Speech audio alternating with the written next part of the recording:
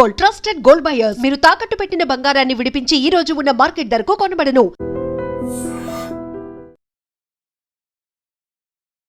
అసలు విద్యా వ్యవస్థ మీద ఆకునూరి మురళీ గారి ఆధ్వర్యంలో చేసినటువంటి రిపోర్టు మీరు చదివారా? ఏంది దాంట్లో మీకు అభ్యంతరాలు ఏమున్నాయి దాంట్లో? ఈ 12 సంవత్సరాల్లో ప్రభుత్వ విద్య ఎలా ఉంది, ప్రభుత్వ వైద్యం ఎలా ఉంది అనే 2 రంగాలు కనుక తీసుకుంటే పెద్దగా మార్పేం లేదు. ప్రభుత్వ విద్య పడకేసింది, కునారిల్లిపోతుంది. ప్రైవేటు రంగం, కార్పొరేట్ రంగం రోజు రోజుకు అభివృద్ధి చెందుతూ ఉంది. ప్రభుత్వ విద్య నాణ్యతగా ఉండడానికే కదా సీఎం రేవంత్ రెడ్డి కమిషన్ వేసింది. కాంగ్రెస్ అధికారంలోకి వచ్చిన తర్వాత ఏదైతే మార్పు కోరుకున్నామో, ఏదైతే మార్పును ఆశించామో, చాలా శోచనీయమైనటువంటి విషయం ఏంటంటే దీనికి ప్రత్యేకమైనటువంటి మంత్రి నేటి వరకు లేకపోవడం. మార్పు పేరుతో కాంగ్రెస్ను అధికారంలోకి తీసుకురావడానికి బస్సు యాత్ర చేసి ఊరూరా నిరుద్యోగులను రెచ్చగొట్టి కాంగ్రెస్ పార్టీ మనిషిగా, వ్యక్తిగా పనిచేసినటువంటి ఈ ఆకునూరి మురళీ గారినే ఎందుకు ఎన్నుకున్నాడబ్బా ఈ ముఖ్యమంత్రి గారు? భుజంగరావు గారు, ఈ రాజకీయ కార్పొరేట్ వ్యవస్థలో ప్రభుత్వ విద్య మనుగడ సాగించడం అనేది సాధ్యమేనంటారా? పొద్దున్నే పేపర్స్లో చూశారు, ఏప్రిల్ 14 నుంచి బడిబాట అని అనౌన్స్ చేశారు. మెడకాయ మీద తలకాయ ఉన్నోళ్ళు ఎవరైనా, ముఖ్య నేత భాషలో చెప్పాలంటే, బుద్ధున్నదే, తెలుగు నాదే, ఎవడైనా పెడతాడా? ఎండాకాలం పిల్లలంతా చచ్చిపోతుంటే బడిబాట పెడితే పిల్లలకి అప్పుడు వస్తారా, అప్పుడు చేర్చుకుంటారా అని అన్నాడు. ప్రభుత్వం, మీరు ఇంత గొప్ప విద్యా వ్యవస్థలో మీరు ఇంత క్వాలిఫైడ్ టీచర్స్ కదా, మరి మీరు చెప్పే స్కూళ్ళల్లో మీ పిల్లల్ని ఎందుకు చేర్పించారు? ఇప్పుడు నిమ్స్ ఉంది, గాంధీ ఉంది, ఉస్మానియా హాస్పిటల్ ఉంది. ఒక మంత్రికో, ముఖ్యమంత్రికో రోగం వస్తే గిన్నెలకు పోకుండా మరి కార్పొరేట్, యశోద, గ్లోబల్ ఇంకో కాడికి ఎందుకో పోతున్నారు? మీది ప్రాణం కాదు, జనాలది ప్రాణం కాదా?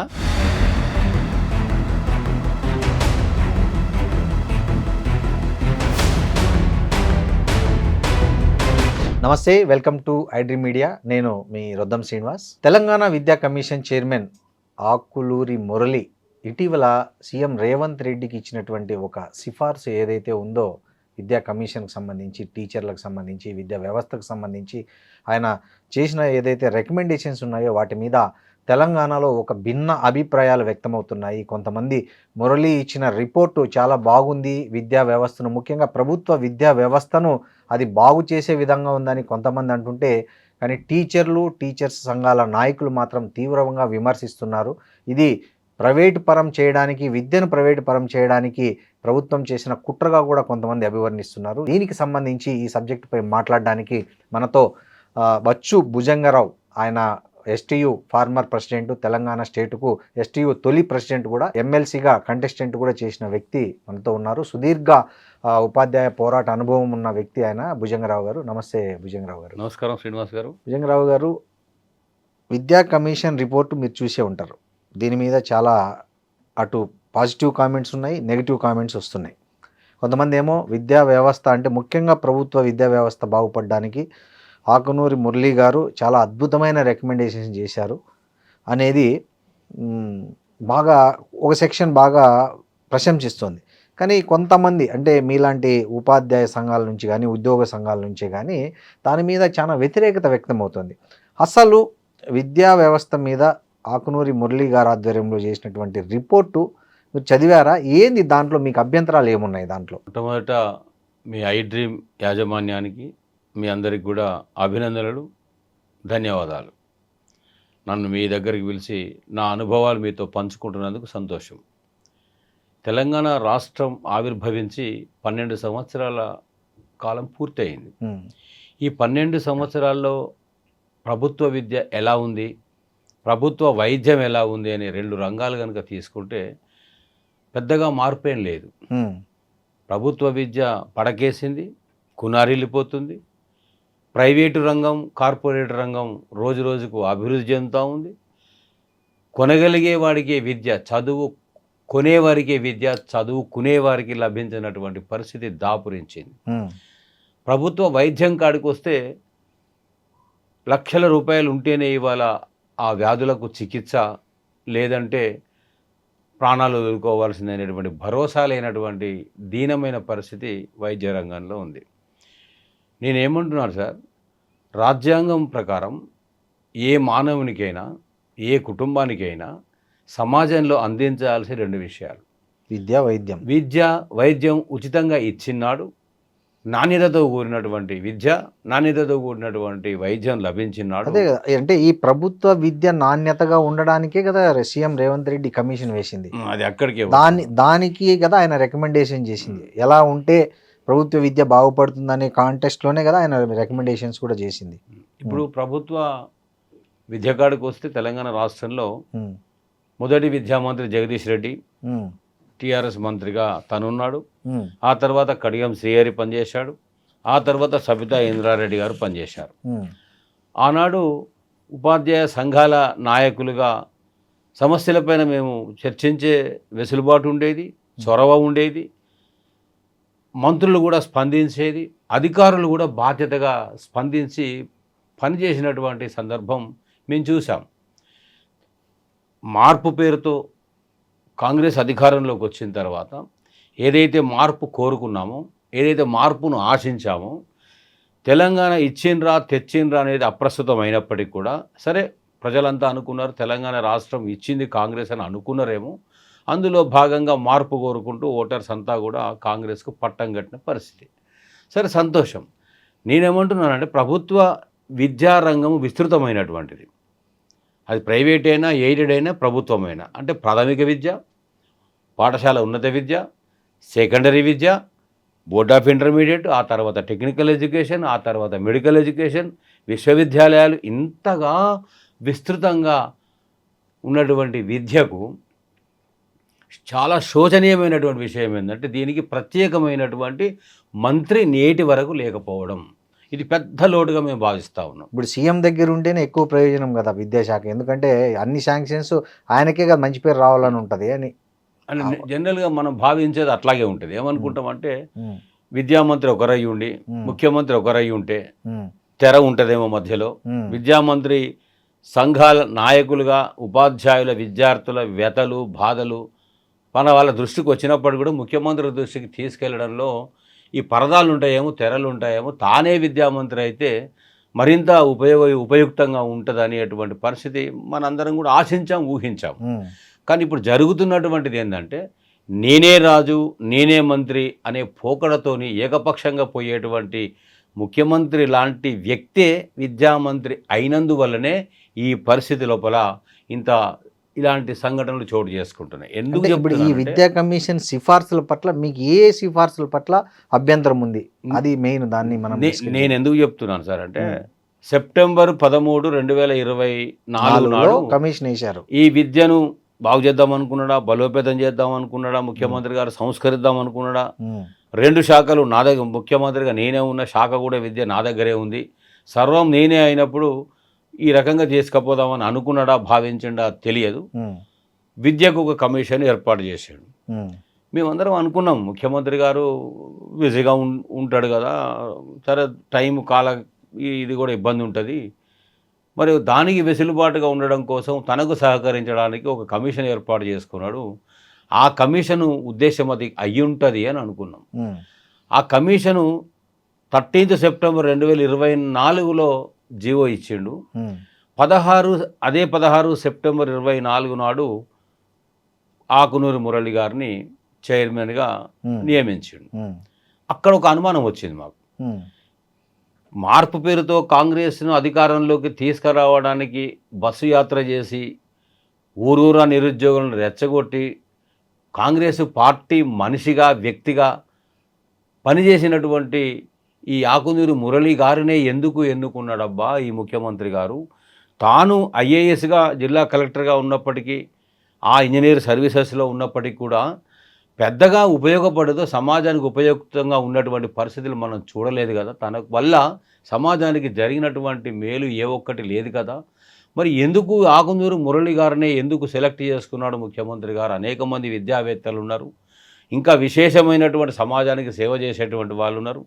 ఆ దృష్టికోణంలో పనిచేసే వాళ్ళు ఇంతమంది ఉండగా సెలెక్టివ్ పర్సనాలిటీని ఆకునూరి మురళి గారిని ఎన్నుకున్నారు అని అంటే బహుశా ఏదో పెద్ద ఉద్దేశమే అయి ఉంటుంది, దీని వెనుక పెద్ద లక్ష్యం ఉండి ఉంటుంది అని అనుకున్నాం. తాను కూడా నియామకం అయిన తర్వాత కొంతకాలం వృధాగా పోయిన తర్వాత ఒక ఇంటర్వ్యూలో మీలాంటి వాళ్ళు అడిగినప్పుడు కమిషన్ అయితే వేసిండు, నేను ఏం చేయాలనో ప్రభుత్వం చెప్పలేదు ఇంతవరకు, నా ఆబ్జెక్టివ్స్ ఏందో, స్పెసిఫికేషన్స్ ఏందో, జాబ్ చార్ట్ ఏందో, వర్క్ చార్ట్ ఏందో నాకు ఇంతవరకు ఏం తెలియదు. మరి నేను కూడా ప్రభుత్వాన్ని అడుగుదామని అనుకుంటే ముఖ్యమంత్రి గారు నాకు టైం ఇవ్వడం లేదు, దొరకడం లేదని తన బాధను కూడా వ్యక్తం చేసినటువంటిది ఇంటర్వ్యూలో చూసాం. ఆ తర్వాత సరే ముఖ్యమంత్రి గారు పిలవచ్చు, మాట్లాడవచ్చు, కమిషన్కు ఒక ఒక ఒక ఫ్రేమ్లో ఒక లక్ష్యాన్ని నిర్దేశిస్తూ మరి ఈ ప్రభుత్వ విద్య బలహీనంగా ఉంది కదా, ప్రైవేట్ రంగం ఇట్లుంది, కార్పొరేట్ రంగం అట్లుంది, దీన్ని సంస్కరించి మరింత బలోపేతంగా చేయడం కొరకు మీరు ఒక రిపోర్ట్ ఇవ్వాల్సిన అవసరం ఉంది, దానికి కమిటీ సభ్యులుగా కొంతమందిని నియమిస్తున్నామని చెప్పేసి ఆ కమిటీని కూడా నియమించడం జరిగింది. ఇక్కడ గోప్యంగా ఉన్నటువంటి విషయం ఏంటంటే ఆ కమిషన్కి ఇచ్చినటువంటి ఎజెండా ముఖ్యమంత్రి గారు డిసైడ్ చేశారా, కమిషన్కు డిసైడ్ చేసుకోవడానికి వెసులుబాటు, చొరవ, స్వేచ్ఛ ఇచ్చిండా అనేది ఇప్పటికీ అర్థం కానటువంటి విషయం. నేను అనుకుంటున్న నా భావన, నా వ్యక్తిగత అభిప్రాయమే కాదు, చాలామంది విద్యావేత్తలుగా, ఉపాధ్యాయ సంఘాల నాయకులుగా మేము ఫీల్ అయ్యేది ఏంటంటే ఈ ముఖ్యమంత్రి గారి పరిపాలనలో ఆజ్ఞ లేనిది, ఆదేశము లేనిది, మరి అట్లా తను ఇష్టానుసారం ఒక చైర్మన్ రిపోర్ట్ ఇచ్చే అవకాశం ఉండదు కదా. బహుశా లక్ష్యాన్ని ముఖ్యమంత్రి గారు నిర్ధారించే ఉంటాడు, ఎజెండా కూడా తానే ఇచ్చి ఉంటాడు.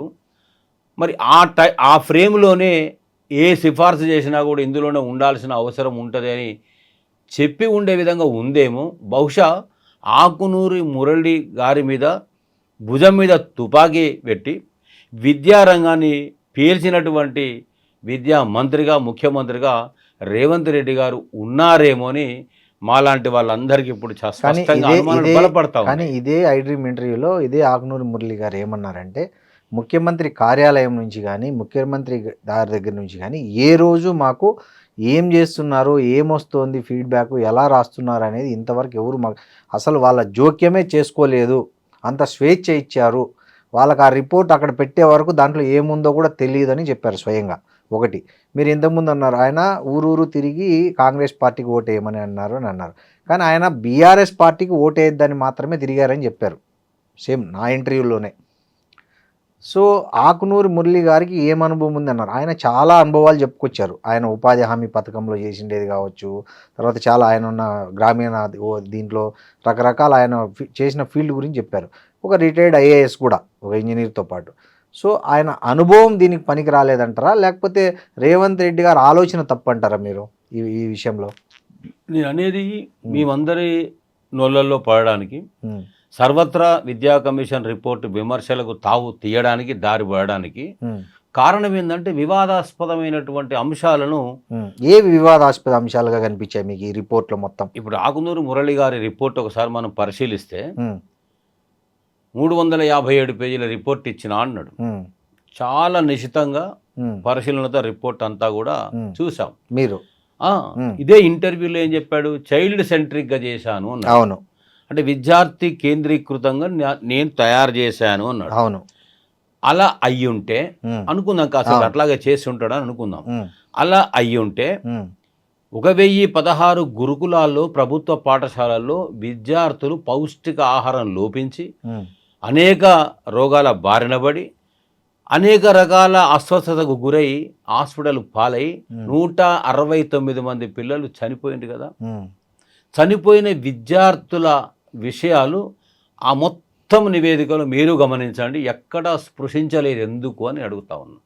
చైల్డ్ సెంట్రికే మీద అయినప్పుడు, చైల్డ్ బాగోగులు పట్టించుకునే క్రమంలో ఆ రిపోర్టు పనిచేయాల్సిన అవసరం ఉన్నప్పుడు మరి ఎందుకు ఆ కోణంలో దృష్టి పెట్టలేకపోయినరు అనేది. రెండవది, నేను స్పెసిఫిక్గా చెప్తా ఉన్నా, ఫీజు రియంబర్స్మెంట్ బంద్ చేయండి అన్నాడు. ఎవరికి ఇవాళ? అన్ని విద్యార్థి సంఘాలు, దాదాపు అన్ని విద్యార్థి సంఘాలు. కాదు, ఆయన ఫీజు రియంబర్స్మెంట్ ఎవరికి వద్దన్నాడంటే ఎవరైతే ఇట్లా ఊరికే పేరుకు పాఠశాలలు పెట్టుకొని అక్కడ టీచర్లు లేకుండా, లెక్చరర్లు లేకుండా, ప్రిన్సిపల్ లేకుండా, తరగతి గదులు లేకుండా ఊరికే ఎన్రోల్ చేసుకొని వాళ్ళకి సర్టిఫికేట్ పరీక్షల్లో కాపీయింగ్ వాట్ ఎవర్ ఇట్ చేసుకుంటూ చేస్తున్న వాటిని ఐడెంటిఫై చేసి అలాంటి వాళ్ళకి ఫీజు రియంబర్స్మెంట్ ఇవ్వద్దు అని రికమెండేషన్ చేసిన అని చెప్పారు ఆయన. అందరికీ ఫీజు రికమెండేషన్ నేను అనేది శ్రీనివాస్ గారు, ఎలకలు ఉంటాయి ఒక ఇంట్లో, ఎలకలు పెడతాం, మందు పెడతాం, బల పెడతాం, ఎలకలు లేకుండా చేసుకుంటాం, ఇంటికి నిప్పు పెట్టుకోం కదా. ఇది మందే అనుకోవచ్చు కదా. అలాంటి కాలేజీలకు ఫీజు రియంబర్స్మెంట్ మంది అయ్యి ఉంటే ఆ రికమెండేషన్స్లో స్పెసిఫిక్గా కాలేజీలలో కేవలం ఫీజు రియంబర్స్మెంట్ కొరకే దారి తప్పి అక్రమ బాట పట్టినటువంటి విద్యా సంస్థలను సరిచేయడం కోసము స్పెసిఫిక్గా నిర్దేశితంగా కొన్ని పేర్కొని ఉండాల్సింది. సేఫ్టీ మెజర్స్ ఏ రకంగా తీసుకుంటే ఆ విద్యా సంస్థల అక్రమ బాట నుంచి సరి అయినటువంటి సద్వినియోగం చేసుకునే వ్యవస్థలకు తీసుకురావాల్సిన అవసరం ఉంది. అంతే కానీ ఫీజు కట్టలేని చదువును కొనలేని విద్యార్థులకు స్వాలంబనను ఇవ్వడం కొరకే ఒకనాడు ఫీజు రియంబర్స్మెంట్ అనేది వచ్చింది కదా.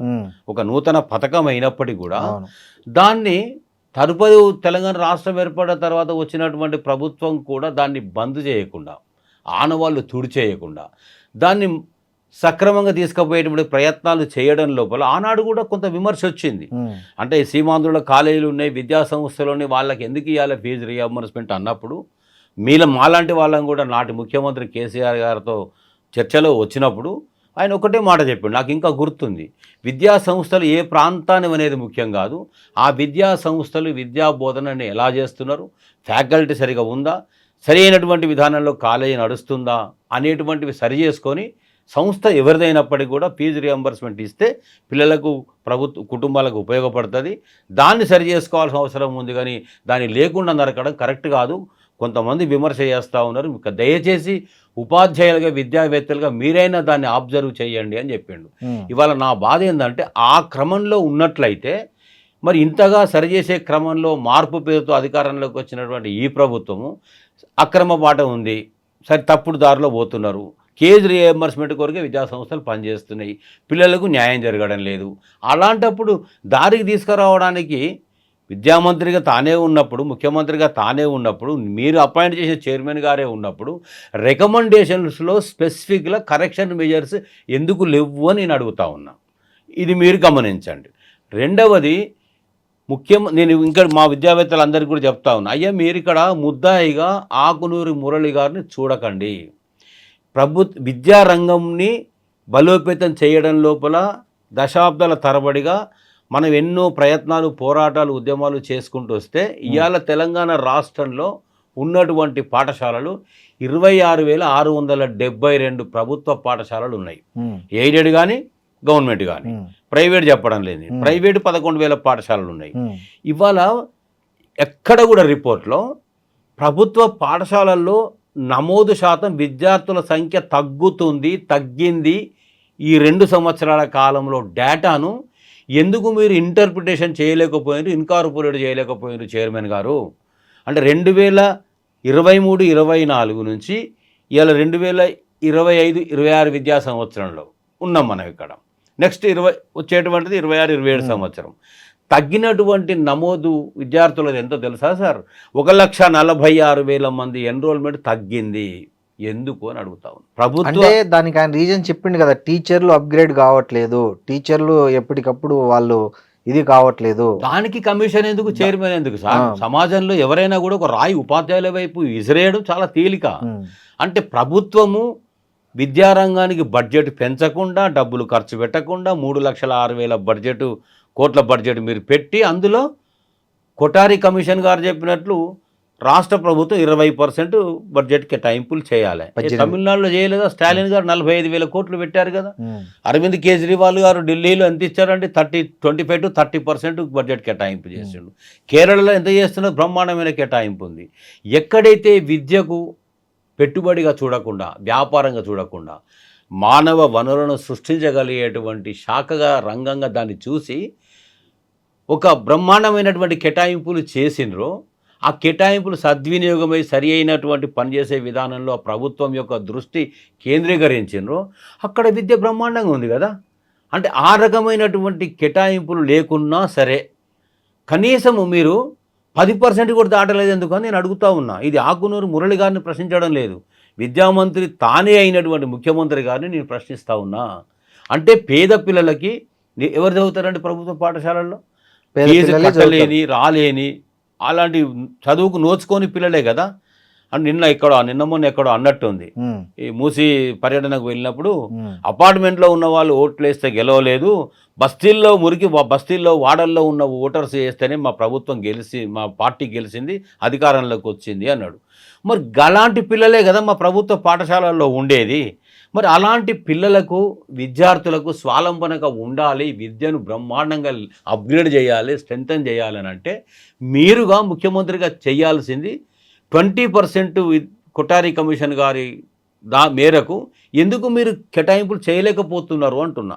పరే ఆకునూరు మురళి గారు ఎందుకు డిస్కౌంట్ ఇచ్చారో తెలియదు కానీ 20% నుంచి 2% డిస్కౌంట్ ఇచ్చిండు. 18% మొత్తం చెప్తే 20% అని నేను అన్నట్లుగా తనకు అనే చొరవ ఉందో లేదో తెలియదు నాకు. 18% అని అన్నాడు. ఇప్పుడు మేమందరం అనుకుంటున్నాం ఏంటంటే 18 కాకపోయినా అట్లీస్ట్ 15%, 3 లక్షల కోట్ల పైచిలుకు బడ్జెట్లో 15% కేటాయించిన ఆ కేటాయింపులు జరిగితే ప్రాథమిక విద్య బలోపేతం అవుతుంది, ఉన్నత విద్య బలోపేతం అవుతుంది, సెకండరీ విద్య బలోపేతం అవుతుంది, టెక్నికల్ ఎడ్యుకేషన్ బాగుపడుతుంది, మెడికల్ ఎడ్యుకేషన్ బాగుపడుతుంది. ఇవాళ వచ్చినటువంటి వార్త as a recommendation of education commission సాంకేతిక బోర్డును రద్దు అని ఒక విషయం చెప్పారు. అందులో సాంకేతిక బోర్డు అంటే మీకు తెలుసు, నాకు తెలుసు, పాలిటెక్నిక్, ఇంటర్, ఐటీఐ. ముఖ్యమంత్రి గారు ఇప్పుడు రోజు మాట్లాడుతున్న మాట ఏంది? స్కిల్ డెవలప్మెంట్ సెంటర్స్ పెట్టాలి, టెక్నికల్ ఎడ్యుకేషన్ అందించాలి, చదువు బుక్ నాలెడ్జే కాదు ప్రాక్టికల్ నాలెడ్జ్ ఉండాలి అనేటువంటి దాంట్లో పాలిటెక్నిక్ అనేక రకాల కోర్సులు అందులో ఉన్నాయి కదా. 128 పాలిటెక్నిక్ కాలేజీలు మన స్టేట్లో ఉన్నాయి. అందులో ప్రైవేటు, ఎయిడెడ్ 2 ఉన్నాయి, మిగతా గవర్నమెంట్ కాలేజెస్ ఉన్నాయి. వాటిల్లో ఫ్యాకల్టీలు ఖాళీలు ఉన్నాయి. ఇవాళ ఏ పాలిటెక్నిక్ అని వెళ్ళి చూడండి, కునారు వెళ్ళిపోతున్న శిథిలావస్థలకు చేరుకుంది. ఈ గురుకులాల పాఠశాలల మీద కూడా ఒక విపరీతమైన చర్చ నడుస్తుంది సోషల్ మీడియాలో. అంటే అక్కడ ఉన్నటువంటి లెక్చరర్స్ కానీ టీచర్స్ కానీ వాళ్ళు అసలు పని బోధనకు తక్కువ టైం అవుతుంది, మిగతా పనులు అంటే mess duty, escort duty, city duty, అదేవిధంగా నైట్ డ్యూటీ, హాలిడే డ్యూటీ వంటి ఈ ఎక్స్ట్రా డ్యూటీల వల్లనే వాళ్ళ సమయం అంతా వేస్ట్ అవుతుంది, అక్కడ తగినంత రిక్రూట్మెంట్స్ లేవు అనేది కూడా ఈ మధ్య బాగా సోషల్ మీడియాలో చర్చ జరుగుతుంది. ఇది ఎంతవరకు కరెక్ట్ అంటారు? నేను ఇందాక మాట్లాడిన అంశాన్ని ఒక నిమిషం పొడిగించడం కోసం, సాంకేతిక బోర్డును కనుక రద్దు చేస్తే ఉన్నటువంటిది వికటించే ప్రయోగంగా మిగిలిపోతుంది తప్ప దానివల్ల ఫలితాలు వచ్చే అవకాశం ఉండదు. ఉన్నదాన్ని కొనసాగిస్తూ, అక్రమం ఉంటే సక్రమం చేస్తూ, బలహీనం ఉంటే బలోపేతం చేస్తూ ముందుకు వెళ్ళాల్సిన అవసరం ఉంది. ఇది సాంకేతిక బోర్డు రద్దు అనేది తప్పు. మరో అంశం మీరు మాట్లాడేది గురుకుల పాఠశాల విద్యా వ్యవస్థ. గురుకుల పాఠశాలలకు ఒక్కసారి మనం వెనుకకు చూస్తే మనం అందరం కూడా, నేనైతే సర్కారు బళ్ళలోనే చదువుకున్నాం, మేమంతే, బహుశా మీరందరూ అందులో అక్కడే చదువుకుంటారు. మనకు చదువు చెప్పినా, చదువు నేర్పినా గురువులు చదువు చెప్పకుండానే, చదువు నేర్చుకోకుండానే మనం ఇంతవరకు వచ్చినామా? అదే రేవంత్ రెడ్డి గారు ముఖ్యమంత్రి గారు అన్నారు, గర్వపడుతూ చెప్పారు, నేను ప్రభుత్వ పాఠశాల చదువుకున్నానని. రాజకీయ అంశాలు మనకు అక్కర్లేదు, కానీ ఆంధ్రలో, గుంటూరులో ఆడ చదువుకున్నాడు, అమెరికాకు పోయినాడు, ఇంకెవరినో గురించే ఉద్దేశించి మాట్లాడాడు. సంతోషం, మీరు ప్రభుత్వ పాఠశాలలోనే చదివి బలహీనమైన సమాజంలో ఉన్నటువంటి దుర్భర పరిస్థితుల నుంచి బయటకు వచ్చి మీరు వచ్చింది కదా. వచ్చినప్పుడు గురుకుల పాఠశాలల గురించి విద్యా కమిషన్ చెప్పిన రిపోర్టులో ముఖ్యమంత్రి గారు సరి అయిన అంశం అనుకుంటున్నారా? గురుకుల పాఠశాల రద్దు చేయాలనేది సమర్థిస్తున్నారా, ఉపసంహరించుకోమని చెప్తున్నారా? స్పష్టం చేయాల్సిన అవసరం ఉంది. అనాది కాలం నుంచి ఆశ్రమ పాఠశాల, రాజుల కాలం నుంచి ద్రోణాచార్యుడి గురించి విన్నాం. అంటే అట్లాంటి పాఠశాలలు రాజుల పిల్లలైనా మామూలు పిల్లలైనా కూడా కళ ఉంటే, విద్య ఉంటే, నైపుణ్యం ఉంటే అందులో నేర్చుకోవడానికి అన్నీ కూడా వదిలేసి కొంత నిర్ణీత గడువుతోనే అక్కడ చేరి గురువు గారికి శిష్యరీకం చేసి ఆ విధంగా ఉండేవాళ్ళు.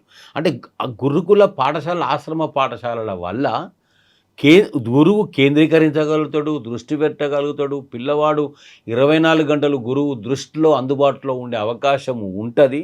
వాళ్లకు భోజన సౌకర్యం కూడా కల్పించి, నివాస వసతి కల్పిస్తే ఈ స్కూల్స్ బాగుంటాయి అనేటువంటిది మనకు అంతకుముందు ఆర్ఎస్ ప్రవీణ్ కుమార్ గారు సెక్రటరీగా ఉండేవారు. ఉమ్, ఇది ట్రైబల్ సొసైటీకి ఉండేవి, అవును. సోషల్ వెల్ఫేర్ రెసిడెన్షియల్ స్కూల్స్ ఉండేవి, బీసీ వెల్ఫేర్ అవి ఉండేవి.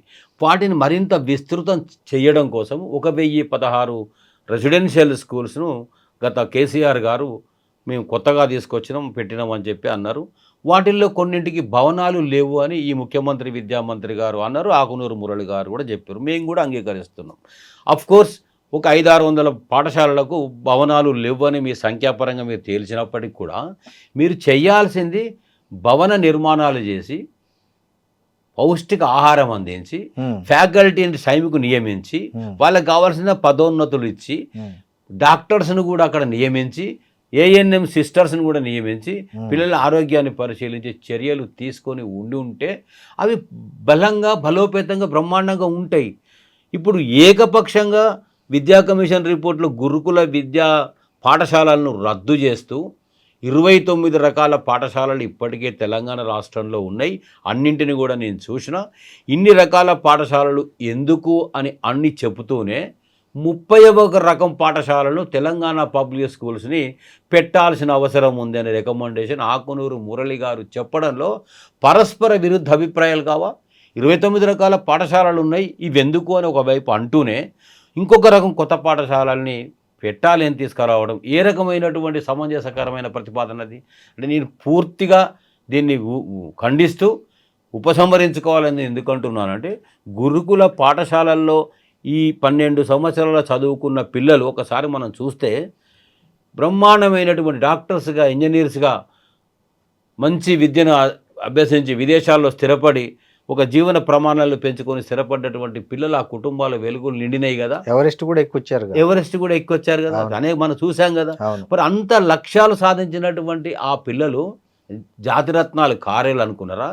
ఒక మట్టిలో ఉన్న మాణిక్యాలు బెటర్ స్కూల్ తేవాలని కదా ఆయన రికమెండేషన్. ఒకటండి, ఎండమావుల వెంట పరిగెత్తితే ఆ ఎండమావులు నీళ్ళు ఉన్నట్లే కనబడతాయి తప్ప దొరకవు, దోసిట్లకు నీళ్ళు రావు. సార్ ఒక మాట చెప్పండి సార్, టీచర్ల మీద సమాజంలో చాలా రకరకమైన ఒక విమర్శలు ఉన్నాయి. ముఖ్యంగా వాళ్ళు చాలా పిసినారులుగా ఉంటారని, తర్వాత చదువు మీద కంటే ఇతర వ్యవహారాలు, వ్యాపారాల మీదనే ఎక్కువ దృష్టి పెడతారని, వడ్డీ వ్యాపారాలు, రియల్ ఎస్టేట్లు, వీటి మీద పెట్టినంత దృష్టి పిల్లల చదువు మీద, పిల్లల విద్య మీద పెట్టట్లేదు. అంత కమిట్మెంట్ ఉన్న టీచర్లు ఇప్పుడు లేరు అనేది ఒక బాగా ప్రచారం జరుగుతోంది. ఎందుకంటారు ఇట్లా? నిజంగానే ఈ పరిస్థితి ఉందా సొసైటీలో? ఇప్పుడు ఒక ఉదాహరణ నాదే చెప్తా సార్.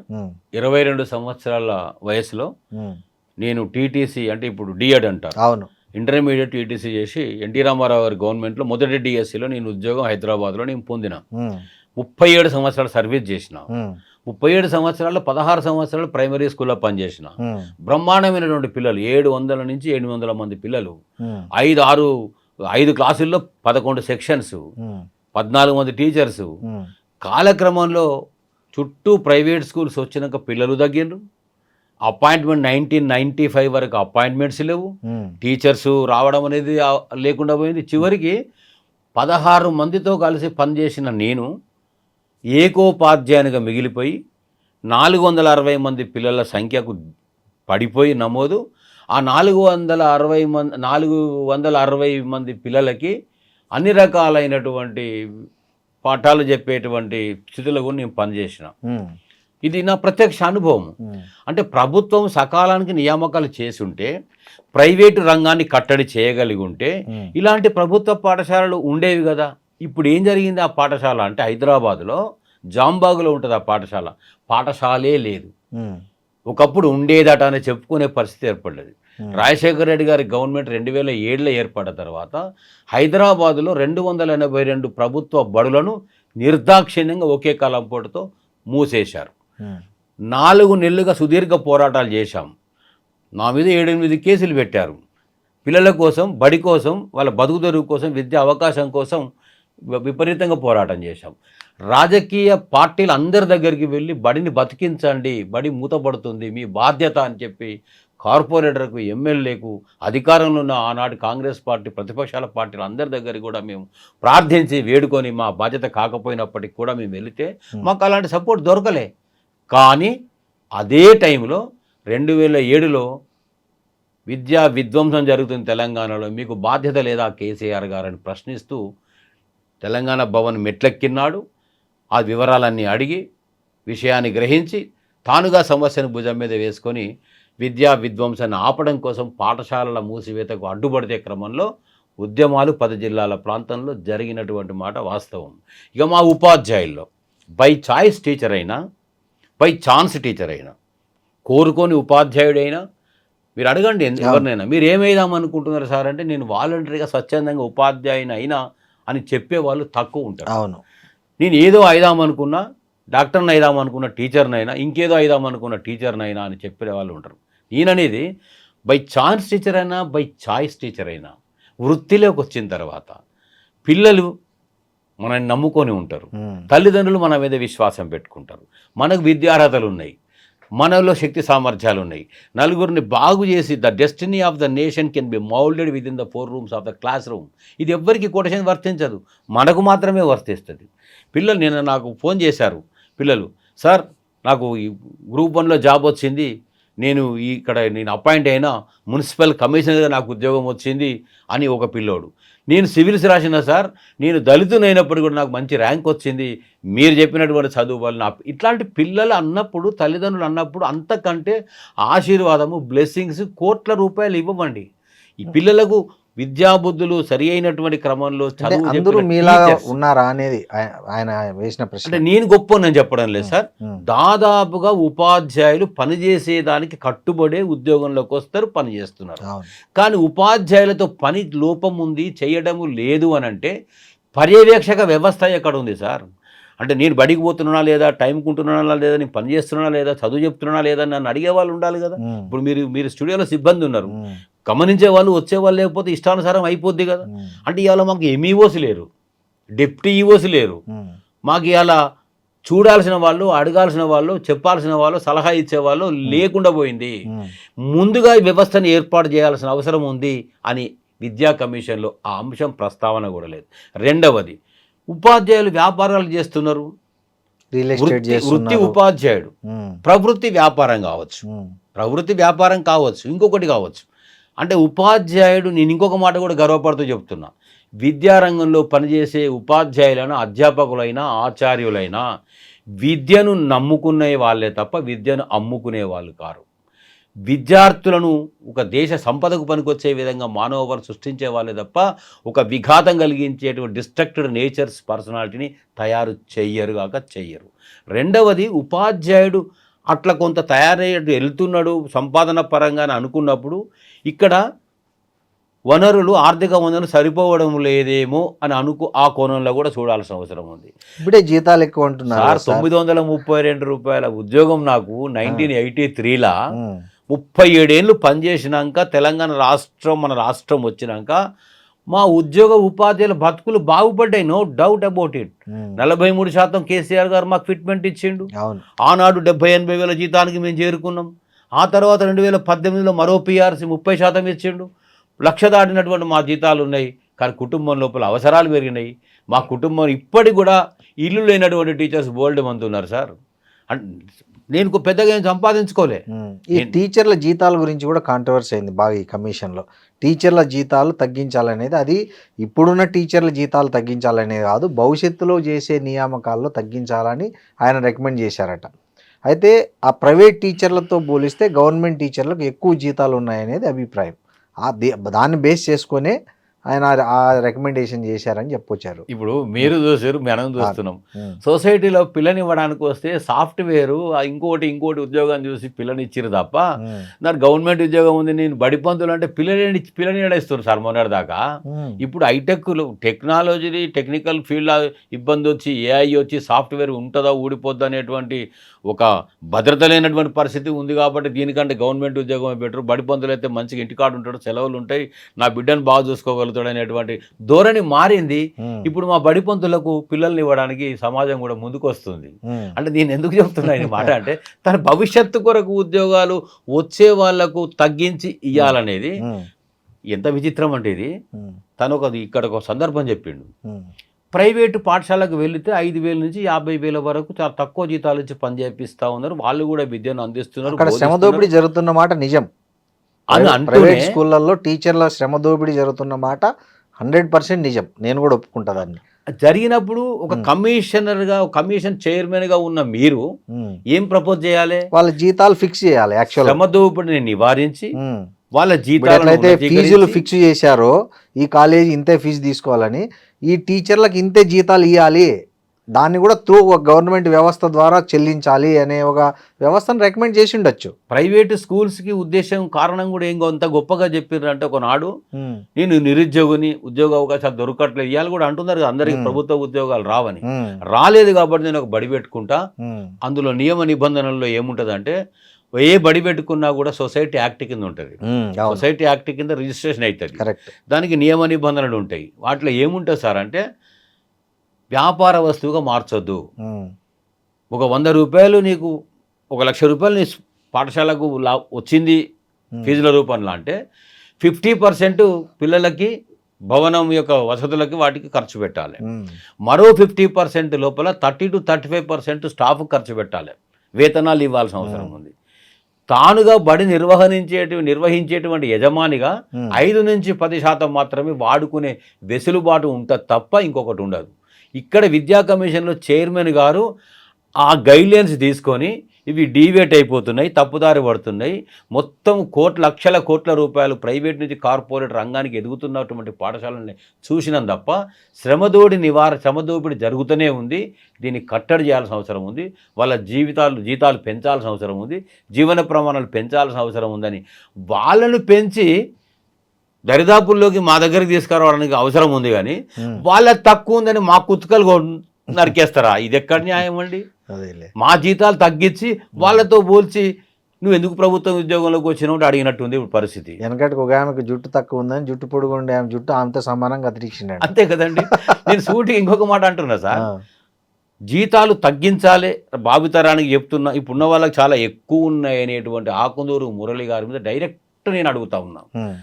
అయ్యా, మీరు రిటైర్డ్ ఐఏఎస్ ఆఫీసర్, సరే మంచి చేసిర్రా చెడు చేసిర్రా, మీకు సేవలు ఉన్నాయా లేవా గుర్తించి మీకు చైర్మన్గా నిలబెట్టారు కదా, నాకు ₹1 వేతనం వద్దు, నేను స్వచ్ఛందమైన సేవలు అందిస్తా, నా టెన్యూర్ మొత్తం కూడా అట్లే పనిచేస్తా, నేను ఏ వర్గం నుంచి అయితే ప్రభుత్వ పాఠశాల చదువుకొని బడుగు బలహీన దళిత వర్గాల నుంచి ఐఏఎస్ ఆఫీసర్ వరకు నేను ఎదిగినో అలాంటి పిల్లలందరినీ కూడా నేను బలోపేతం చేయడం కొరకు నేను త్యాగం చేస్తా అని ఎందుకో 4,20,000 రూపాయల జీతం వద్దని ఎందుకు అనలేదు ఆకుందూరు మురళి గారు? ఎందుకో త్యాగం చేయకపోతుంది? నీకు luxury car, cabinet minister chamber secretariat బిల్డింగ్లో, ఎస్సీఆర్టీ బిల్డింగ్లో 4,20,000 జీతం ఎందుకు అనాల్సి వస్తుంది? ఈ మాట మేము మా జీతాల మీద పడ్డారు కాబట్టి, మా జీతాలు తగ్గించమని అన్నారు కాబట్టి, భవిష్యత్తు తరాలకు కూడా టీచర్స్ అనేవాళ్ళు వేతనం ఉంటేనే, ఆకర్షించే స్థాయిలో ఉంటేనే సాఫ్ట్వేర్ లాంటి రంగాలను కాదనుకొని ఇటువైపు మళ్ళీ చూసేటువంటి అవకాశం ఉంటుంది తప్ప మీరు తగ్గించండి. భవిష్యత్తులో టీచర్ అనే వాళ్ళు రారు, దొరకరు, నియామకం కారు అంటే అప్పుడు విద్య మరింత అంగడి సరికి అవుతుంది కదా. అప్పుడు ప్రైవేట్ సంస్థలో విద్యుత్మిస్తాయి, ప్రైవేటు విద్యా సంస్థల్లో కూడా ఈ గవర్నమెంట్ టీచర్ లేరు కాబట్టి వాళ్ళు ఇంకా దోపిడీకి గురయ్యే అవకాశం ఉంది. ఇంకొక ఆప్షన్ ఉండదు కదా. ఇంకొక మాట శ్రీనివాసులు గారు, మొత్తం కమిషన్ రిపోర్ట్లో ఫీజుల నియంత్రణ గురించి ఒక్క వాక్యము యథాలాపంగా అని వదిలిపెట్టారు తప్ప GOMS నెంబర్ 1 అనేటువంటిది ఫీజుల నియంత్రణది 20-25 ఏళ్ళుగా ఉంది. ఎందుకు అమలు కావడం లేదు? ఎందుకు కట్టడి చేయడం లేదు? నిన్న మొన్న చేశారు కాలేజీల్లో, ఇంజనీరింగ్ కాలేజీల్లో సార్. ఇప్పుడు ఇంటర్నేషనల్ కాన్సెప్ట్ స్కూల్స్లో పిల్లలు చంకలు ఎత్తుకునేటువంటి పిల్లలు అంటే నర్సరీ లక్షల రూపాయల ఫీజులు సార్. ఇంటర్నేషనల్ ఇంకో దగ్గర ఎక్కడ మాట్లాడుతూ ముఖ్యమంత్రి గారు ఒక మాట అన్నారు, నాకు నవ్వొచ్చింది.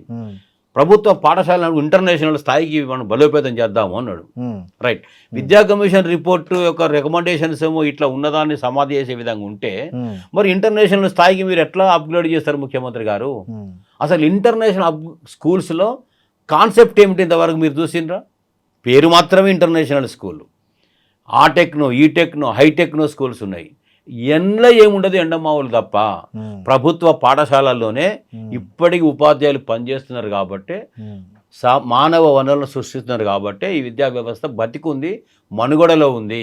మీరు జీతాలు తగ్గించాలనుకున్నా, గురుకుల పాఠశాలలు బంద్ చేయాలనుకున్నా, మరో కొత్త పాఠశాలలు తెలంగాణ పబ్లిక్ స్కూల్స్ పేరుతో తీసుకొద్దామని అనుకున్నా, వీటన్నింటినీ కాదని ముఖ్యమంత్రి గారు ఈ రెండు ఇద్దరు పరస్పర విరుద్ధంగా ఉంది, విచిత్రంగా ఉంది పరిస్థితి.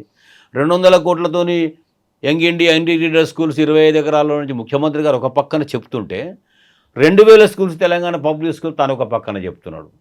ఏంది అని వివరణ మీ పోటీ వాళ్ళు ఇంటర్వ్యూలు అడిగితే దీనికి ఒక స్కూల్కి 10 నుంచి 15 కోట్లు ఖర్చు అవుతాయి అని చెప్తా ఉన్నారు. తానేమో ఈ నియోజకవర్గానికి ఒక స్కూల్ 200 కోట్లతో పాఠశాల తయారైతే ఆరుట్ల స్కూల్ని ఎగ్జాంపుల్గా చెప్తున్నారుగా. మేము అనుకోవడము, ఆరుట్ల బిల్డింగు భవనము వసతి మీరు కట్టి ఉండవచ్చు, కాదనడం లేదు. కాంట్రాక్టర్లకు కొంత పోయినా మీరు కొంత లోపల వేసుకున్నా కొంత ఖర్చు పెట్టి ఏదో పాఠశాల కనబడుతుంది, కట్టి సంతోషం. అందులో పిల్లలు ఎక్కడికి వెళ్ళి వచ్చిండ్రు? స్కూళ్ళ నుంచి వచ్చారు. ఆరుట్లలో ఉన్నటువంటి ప్రైవేట్ స్కూళ్ళ నుంచి వచ్చారని చెప్పారు ఆయన. అక్కడున్న పాఠశాల గురుకుల పాఠశాల ఉంది, అక్కడున్న ప్రైవేట్ పాఠశాలల నుంచి తల్లిదండ్రులు మాన్పించి ఈ స్కూల్లో చేర్పించారు అని చెప్పారు ఆయన. అదొక స్టడీగా. అదొక 10% మాత్రమే.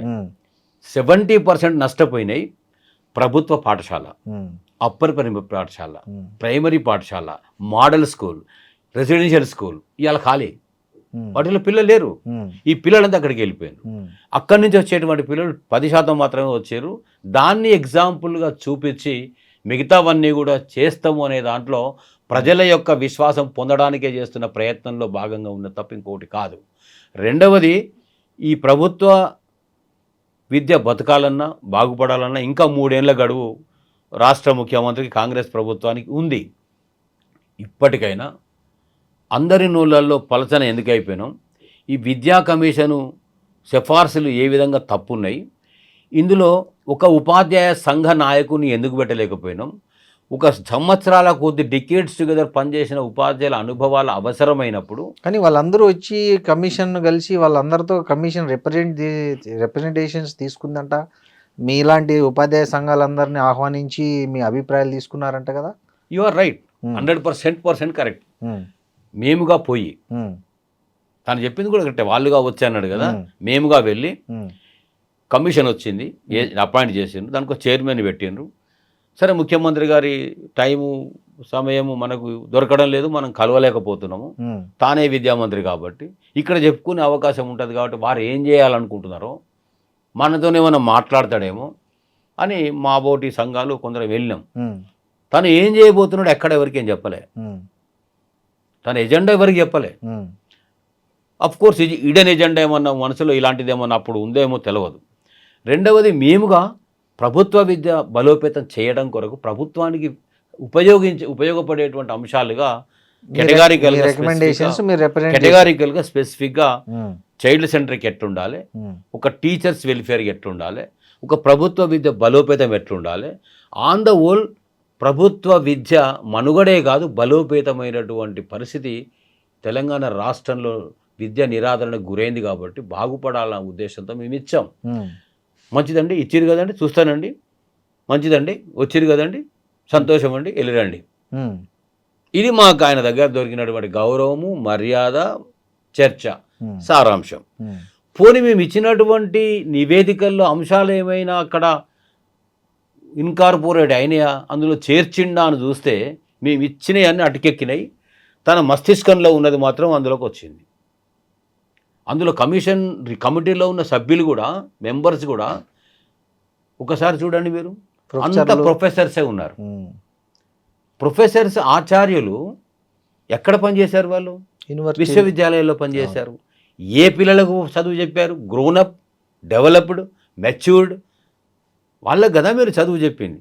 అంటే ఇక్కడ నరిషింగ్ అనేది పిల్లల్ని చిన్నప్పటి నుండి చైల్డ్ సైకాలజీ చెప్పేటువంటి పెడగాగి, మెథడాలజీ, మరి ఫిలాసఫికల్, ఒక స్కూల్ అడ్మినిస్ట్రేషన్ అంశాలు ఎన్నో ఉంటాయి మా కోర్సెస్లో. మరి అలాంటి పరిస్థితుల్లో మీరు ప్రీ ప్రైమరీ స్కూల్ సెంటర్స్లో అసలు డిప్లొమా ఇన్ ఎడ్యుకేషనే వద్దని అన్నాడు ఆయన. ఇది అర్థం కాలే నాకు. అంటే చిన్నపిల్లల్ని అర్థం చేసుకోవడం తల్లికి కూడా ఒక్కోసారి ఇబ్బంది అవుతుంది, తండ్రికి కూడా ఇబ్బంది అవుతుంది, సముదాయించడం చాలా కష్టం అయిపోతుంది.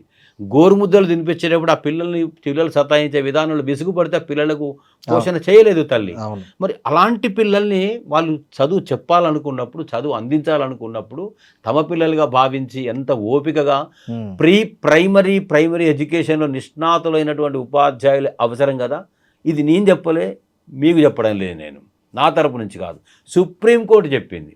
వాళ్ళు స్పెసిఫిక్గా లైన్ తీసుకొని కరెక్ట్ డిఈడి వాళ్ళనే నియమించాలి, ప్రాథమిక విద్యకు బిఎడ్ వాళ్ళు హై స్కూల్ హై స్కూల్ యూపీఎస్లో పనికొస్తారు వాళ్ళు, ఇక్కడ కాదు స్కూల్ ఆఫ్ స్టేట్ వరకే వాళ్ళు పనికొస్తారు తప్ప సెకండరీ గ్రేడ్ టీచర్స్ అంతా కూడా ప్రైమరీ ఎడ్యుకేషన్లో బోధించాల్సిన అవసరం ఉందని ఆ లైన్ గీసి డైరెక్షన్ ఇస్తే ఆ డైరెక్షన్ కాదని సుప్రీంకోర్టును ఉల్లంఘించినట్ట ఆకునూరు మురళి గారు. దాన్ని వద్దు మొత్తము బిఎడ్ ఉండాలి, డిగ్రీ ఉండాలి అని చెప్పడంలో ఉద్దేశం ఏంది నాకు అర్థం కాదు. లేదా తెలియదా? తెలియకపోతే మాలంటారుతో చర్చించాలి కదా. మేము వచ్చినోడు పంపకుండా మేము అనుభవిస్తున్న బాధలు ఏందో, పరిస్థితులు ఏందో, ఉన్నదేందో తెలుసుకుని చెప్పేవాళ్ళం కదా. అంటే ఈ ఛాన్స్ ఎవరు మిస్ అయ్యిండ్రు? తానుగా మిస్ అయ్యిండు కదా. అంటే ఉపాధ్యాయుల జీతాలు, అర్హతలు, విద్యార్హతలు నిర్ణయించే అధికారము ఈ ఎవరికి ఉంది అంటే రాష్ట్ర ప్రభుత్వానికి ఇలాంటి విద్యా కమిషన్కి ఉంటుందా, లేకపోతే ఎన్సీఆర్టీ లాంటి వాటికి ఉంటుందా? అంటే ఎన్సిటిఈకి ఉంటుంది sir, national council of teachers education. They will decide the qualifications. మాకు ఎప్పుడో డిసైడ్ అయిపోయినాయి. ఇక్కడ రాష్ట్ర ప్రభుత్వానికి కానీ విద్యా కమిషన్ కు ఉండవు, వీళ్ళ పరిధిలో అంశమే కాదు అది. మరి అలాంటిది ఆ కమిషన్ అలా రికమెండేషన్ చేస్తే ఉపయోగం ఏంటి దానివల్ల? సుప్రీంకోర్టు ఒక డైరెక్షన్ ఇచ్చిందని కానీ, ఎన్సిటి అనేది ఒకటి ఉందని కానీ, దాని డైరెక్షన్లో మరి ఇవన్నీ కూడా డిసైడ్ అవుతాయి అని, లేక ఎన్సీఆర్టీ ఎస్సీఆర్టీ మీరు అన్నట్టుగా ఎన్సిఎఫ్ నేషనల్ కరికులం ఫ్రేమ్ అక్కడ డిసైడ్ అవుతుంది జాతీయ స్థాయిలో, సిబిఎస్ఈకి ఐసిఎస్సి లాంటి చోటక ఆ syllabus. SCF state curriculum frame అంటే మన స్టేట్ సిలబస్ను వీళ్ళు డిసైడ్ చేస్తారు, ఎస్సీఆర్టీ వాళ్ళు. ఎస్సీఆర్టీ ఉంది, ఎన్సీఆర్టీ ఉంది సిలబస్ ఫ్రేమింగ్కి, విద్యా లక్ష్యాలను డిసైడ్ చేయడానికి, ఉపాధ్యాయుల విద్యా అర్హతలు డిసైడ్ చేయడానికి, విద్యార్థుల వయసును డిసైడ్ చేయడానికి ఎన్సిటిఈ ఉంది. వీటన్నింటిని మించి ఇంకేముంది? రైట్ టు ఎడ్యుకేషన్ యాక్ట్ ఉంది, ఆర్టీఈ ఉంది. ఆర్టీఈ ఏం చెప్పింది? 3 to 14 years పిల్లల గురించి ఆర్టీఈ చెప్పింది. తను ఏమన్నాడు? 3 to 18 years అన్నాడు. 3 to 18 years అనేది న్యూ ఎడ్యుకేషన్ పాలసీలో అంశం. అది ప్రైవేటైజేషన్కు పెద్దపీట వేసేది న్యూ ఎడ్యుకేషన్ పాలసీ అంశం. 3 to 18 years new education policy అంశం. ఒక 5-6 అంశాలను మేము తరచి చూస్తే ఎన్ఈపిలో ఉన్నటువంటివే ఇందులో రిఫ్లెక్ట్ అవుతున్నట్టుగా కనబడ్డాయి. అంటే ఒక రకంగా అభ్యుదయ భావాలు, ప్రగతిశీల భావజాలము, ఒక లెఫ్ట్ భావజాలంతో పనిచేస్తున్నటువంటి వ్యక్తిగా పిలువబడుతున్న అనిపించుకున్న వ్యక్తిగా కనబడేటువంటి ఈ వ్యక్తి ఆకునూరి మురళి గారి రికమెండేషన్స్లో దేశంలో సర్వత్రా విమర్శలకు గురవుతున్నటువంటి నేషనల్ ఎడ్యుకేషన్ పాలసీలో అంశాలు ఇందులో ఎట్లా ఇన్కార్పొరేట్ అయినాయి ఒక అంశం. రెండవది, మేమిచ్చినటువంటి రికమెండేషన్స్ సంఘాలుగా ఎక్కడికి పోయినాయి. 29 రకాల పాఠశాలలు ఉన్నాయని మీరు చెప్పినప్పుడు 29 రకాల పాఠశాలల్ని మీరు వెళ్ళి చూసిండ్రా? చూసామని చెప్పారు. నేను చూశాను, మీరు అడిగినారు, మీ బొడ్డు వాళ్ళు అడిగినట్టు ఇంటర్వ్యూ నేను చూశాను. తను ఏం చెప్పిండు? ఫిన్లాండ్, జెకోస్లోవేకియా, ఆ కంట్రీ ఈ కంట్రీ పాశ్చాత్య దేశాల గురించి చెప్పిండు. అయ్యా, ఇప్పటికి కూడా మీ ఐ డ్రీమ్ ద్వారా నేను తెలియజేస్తా ఉన్నా తనకి, మీకు ఇగో అక్కర్లేదు కానీ వినండి, నేర్చుకోండి, తెలుసుకోండి. పాశ్చాత్య దేశాల్లో ఉన్నటువంటి పరిస్థితులు కానీ, అక్కడ ఉన్నటువంటి వాతావరణం కానీ మన దగ్గర ఉన్నటువంటి వాతావరణానికి పోలిక ఉండదు, పొంతన ఉండదు. ఎగ్జాంపుల్ ఫిన్లాండ్లో 1:10 ఉపాధ్యాయ విద్యార్థి రేషియో. అంతే కదా, మన దగ్గర ఎంత ఉంది? మరి 1:10 అనేది అది చూసి వచ్చినప్పుడు 1:10 రికమెండేషన్ విద్యా కమిషన్లో కూడా తను ఇవ్వాల్సిన అవసరం ఉంది. ఇక్కడ ఎంత రికమెండ్ చేశారండి? 1:30. 1:30. మేము 20 చేయమని అడుగుతా ఉన్నాం. మీరు 20 మంది పిల్లల్ని పెట్టండి, బ్రహ్మాండంగా మేము దృష్టి కేంద్రీకరించగలుగుతాం, పిల్లల అన్నీ కూడా చూడగలుగుతాం, మంచి విద్యను అందించగలుగుతాం అని చెప్తున్నాం. అంటే పాశ్చాత్య దేశాలనేమో చూసి వచ్చినాయని చెప్తూ అక్కడికి వచ్చిన విషయాలు అవి కూడా తీసుకోకుండా మేము చెప్పిన రికమెండేషన్స్ బుట్టదాఖలు చేసి ఎన్ఈపిలోకి వెళ్ళి కొన్ని తీసుకొని ఓవర్ నైట్ తన మస్తిష్కంలోకి వచ్చిన విషయాలు కొన్ని చెప్పి ఇక very shame to say committee సభ్యులు అంటా ఉన్నారు మేము చెప్పినవి మాట్లాడినవి కూడా లేవు సార్. అసలు ఫైనల్ రిపోర్ట్ మాకు చెప్పకుండా కొన్ని దాంట్లో ఇంక్లూడ్ చేసిండు. జీతాల సమస్య మాకు మేము చెప్పిన దాంట్లో లేనే లేదు, విద్యార్థులది మేము చెప్పిన దాంట్లో లేదు, ఫీజు రియంబర్స్మెంట్ అంశం మేము చెప్పిన దాంట్లో లేదు. తను ఇంట్రెస్ట్గా ఒక 5-6 అంశాలు ఇన్కార్పొరేట్ చేసి ముఖ్యమంత్రి గారికి మెప్పు కోసమో దేనికోసమో ఆ రిపోర్ట్ అందించినట్టుగా కనబడుతుంది అని ఇండైరెక్ట్గా కమిటీ సభ్యులు మాట్లాడుతూ ఉన్నారు. మా పేరు చెప్పకండి సార్, మా భావజాలం ఎట్లుంది, మా అభిప్రాయాలకి జరిగిన విషయం ఇది మీతో చెప్పారా? 100%. వాళ్ళ పేరు చెప్పచ్చా? నేనంటే చెప్తే వాళ్ళు చెప్పొద్దు అన్నప్పుడు ధర్మం కాదు కదా. Okay okay. అంటే తనకు తెలుసు, ఉమ్, తన అంతరాత్మకు తెలుసు ఉమ్, ఎంతమందితో ఎన్నిసార్లు ప్రజాస్వామ్యబద్ధంగా మీరు మాట్లాడినరు, ఎన్ని విషయాలు వాళ్ళు ఓపెన్గా చెప్పిర్రు, ఉమ్, ఏవి పెట్టాలనుకున్నారు, ఏవి పెట్టొద్దు అనుకున్నారు, ఏవి అందించాలనుకో అందించలేకపోయారు. ఉమ్, ఒకసారి సమీక్ష చేసుకుంటే ఉమ్, ఇంట్రాస్పెక్టివ్ నేచర్ ఉంటుంది. ఉమ్, అంటే మనసులోకి తొంగి చూస్తే ఏదో ఒకసారి ఉమ్. తప్పు చేసిన భావన, అపరాధ భావన. సో ఇప్పుడు ఈ పరిస్థితుల్లో భుజంగరావు గారు, ఈ రాజకీయ కార్పొరేట్ వ్యవస్థలో ప్రభుత్వ విద్య మనుగడ సాగించడం అనేది సాధ్యమేనంటారా?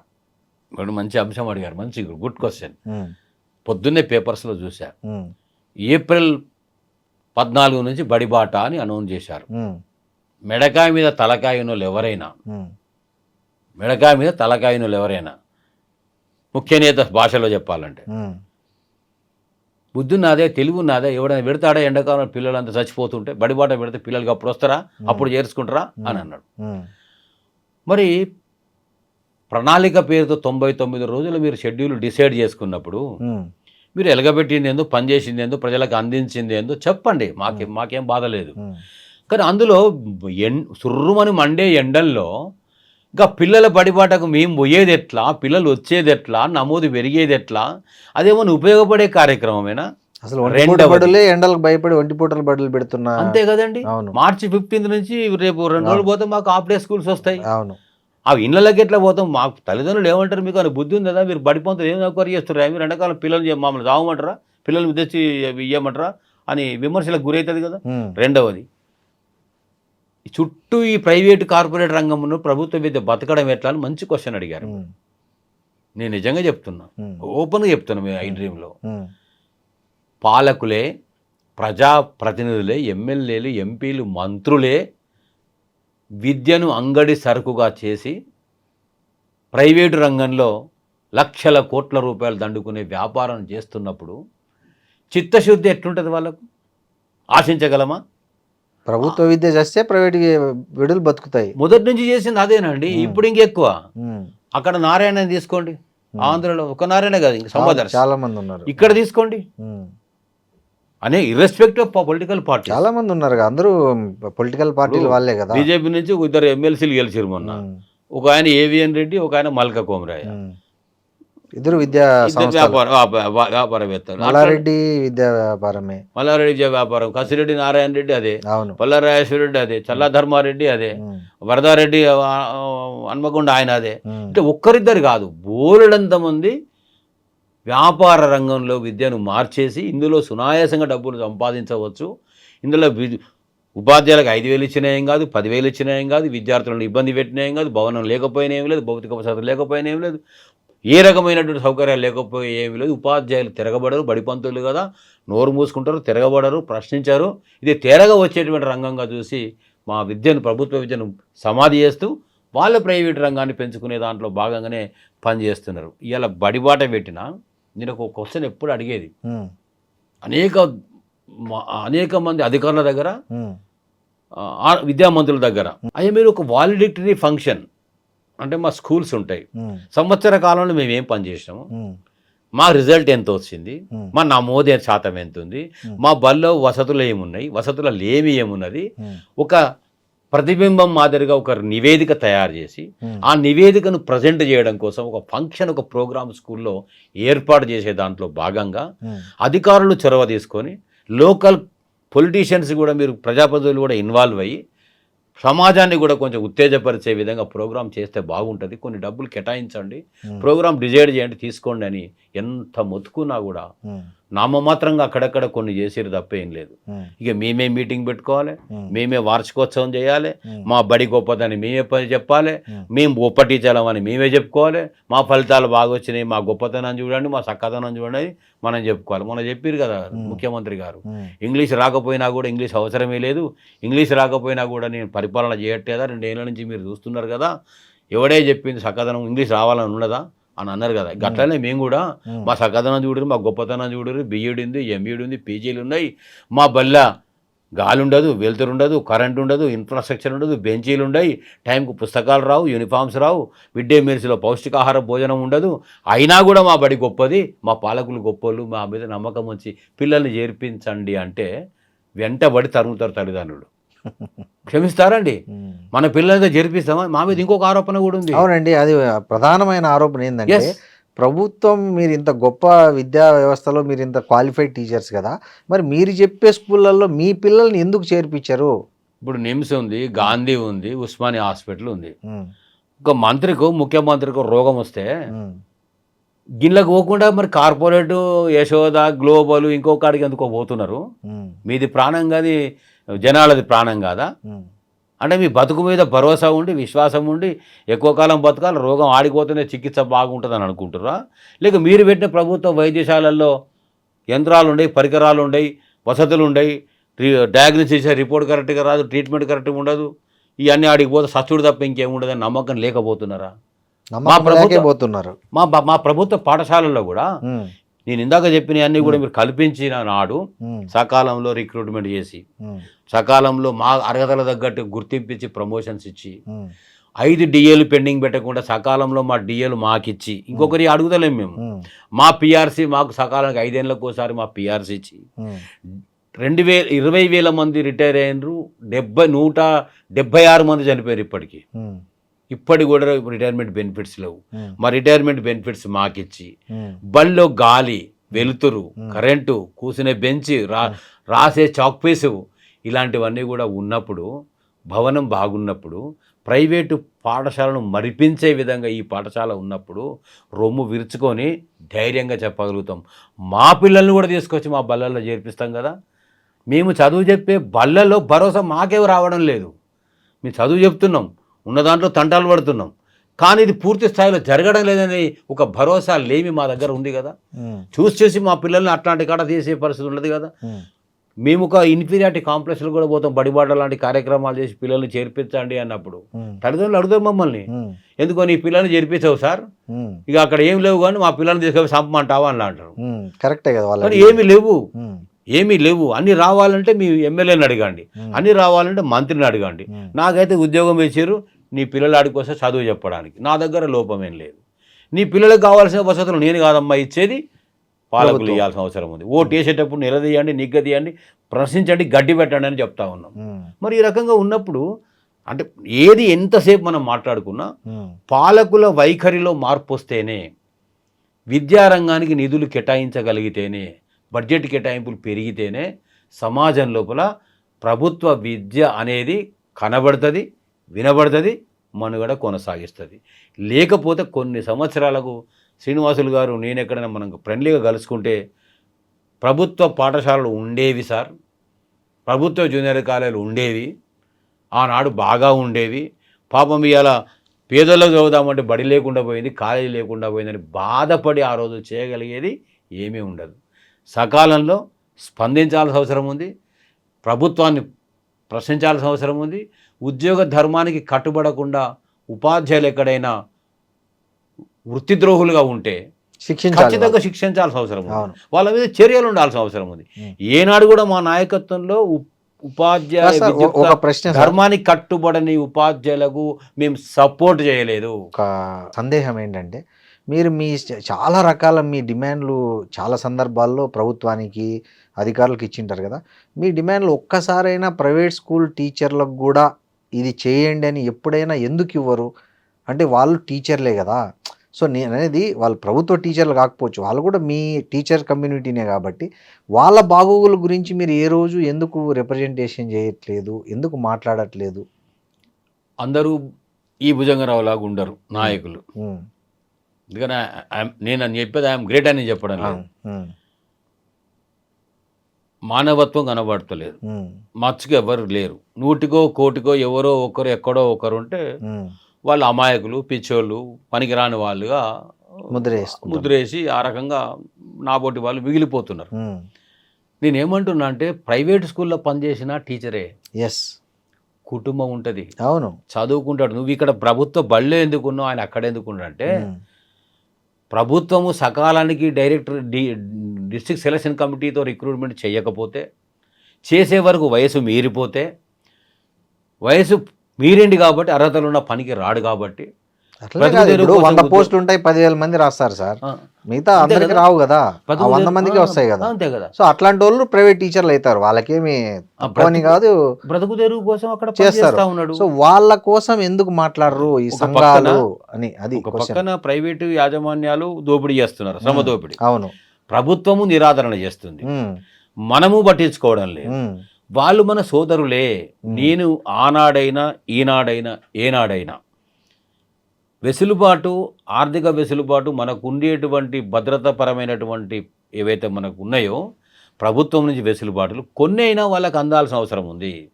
మినిమం మనకంటూ ఒక స్కేల్ ఉంది, ఈ స్కేల్ నుంచి ఈ స్కేల్ వరకు ప్రైమరీ టీచర్, ఈ స్కూల్ నుంచి స్కేల్ వరకు school assistant, high school teacher అని ఉన్నది. వాళ్లకు కూడా ఉన్నటువంటి నిబంధనలు అమలైతే లేవు కాబట్టి ఖచ్చితంగా ఆ నిబంధనల మేరకు వాళ్ళకు వేతనం స్థిరీకరించాల్సిన అవసరము ఉంది. ఈ మధ్యలో హెల్త్ కార్డు ఇస్తా అంటున్నారు. నన్ను నవ్వినరా డిబేట్ అని మాట్లాడితే. ఎయిడెడ్ విద్యా సంస్థలు అంటే ప్రభుత్వమే ఏడిస్తుంది. ఒక ఆయన మంచి మనసు ఉన్నాడు, వెనకట ఒక బడి పెడితే ఆ బల్ల ఉద్యోగాలు ప్రభుత్వం ఇచ్చింది, జీతాలు ప్రభుత్వం ఇచ్చింది, బడి మాత్రం ఆయనది, భవనం ఆయనది, ప్లేస్ ఆయనది. ఆ రకంగా ఎయిడెడ్ పాఠశాలలు ఉన్నాయి. అందులో పనిచేసే వాళ్ళు కూడా ఉపాధ్యాయులే. వాళ్ళకు రోగం వచ్చి ఇప్పటికి మెడికల్ రియంబర్స్మెంట్ లేదు, హెల్త్ కార్డు లేదు. వాళ్ళకి ఇవ్వాల్సిన అవసరం ఉంది. ప్రైవేటు స్కూల్ పనిచేసే వాళ్ళకి ఇవ్వాల్సిన అవసరం ఉంది. అవుట్ సోర్సింగ్ వాళ్ళకి ఇవ్వాల్సిన అవసరం ఉంది. కాంట్రాక్ట్ వాళ్ళకి ఇవ్వాల్సిన అవసరం ఉంది అని చెప్పాం. మరి ఇక్కడ విద్యా కమిషన్ మొత్తం రిపోర్ట్స్లో ప్రైవేటు వాళ్ళ గురించి 5 నుంచి 50 వేలని మానవతా దృక్పథంతో స్పందించిండు ఆకునూరు మురళి గారు చైర్మన్ అయినప్పుడు. బబ్బిదే భావజాలం ఉంది అని అనుకున్నాం. మీరు స్పందించడం ఒకటే కాదు కదా, ఇంప్లిమెంటేషన్కు చేసిన ప్రతిపాదనలు ఏంటివి, ఇలాంటివి మాట్లాడి ఉండాలి కదా. ఇప్పటికైనా అందులో చోటు చేసుకోవాల్సిన అవసరం ఉంది కదా. అంటే ఇక్కడ మీరుగా ఒకరు ప్రశ్నించినందువల్లనో, ఒకరు సమాధానం చెప్పినందువల్లనో వ్యవస్థలో మార్పు రాదు. అది అందరిలో అంతటా ఆలోచన మొదలైతే ఖచ్చితంగా ఆదుకునే క్రమం లోపల నాబోటి వాళ్ళు నడుంగొట్టి ముందుకు రావడానికి సిద్ధంగా ఉన్నామనే మాట మీ ఐడి డ్రీమ్ ద్వారా నేను తెలియజేస్తా ఉన్నాను. థ్యాంక్ యూ భుజంగరావు గారు. Thank you sir. చాలా విలువైన అభిప్రాయాలు మాతో షేర్ చేసుకున్నారు. ధన్యవాదాలు. Thank you sir. And for more videos, please subscribe to iDream. Please subscribe to iDream. Please subscribe iDream. And please subscribe to iDream. For more videos, subscribe to iDream. please like, share and subscribe to the channel. Congratulations, iDream. Subscribe to iDream. Subscribe to iDream. So subscribe to iDream Media. iDream ki iDream team andarki huge congratulations. Please subscribe iDream Media. Please subscribe to iDream. Subscribe iDream. Please subscribe to iDream. iDream అంటే నా కళల ఛానల్ను subscribe చేసుకున్న నోరు తిరుగుతలేదు, మీరైతే గంట గుర్తు కొట్టండి. For more such videos, please subscribe to iDream. Subscribe to iDream. Please subscribe to iDream. Please subscribe iDream Media. Please do subscribe to iDream. Please subscribe to iDream Media. For best entertainment and information, please subscribe iDream. And don't forget to subscribe to iDream.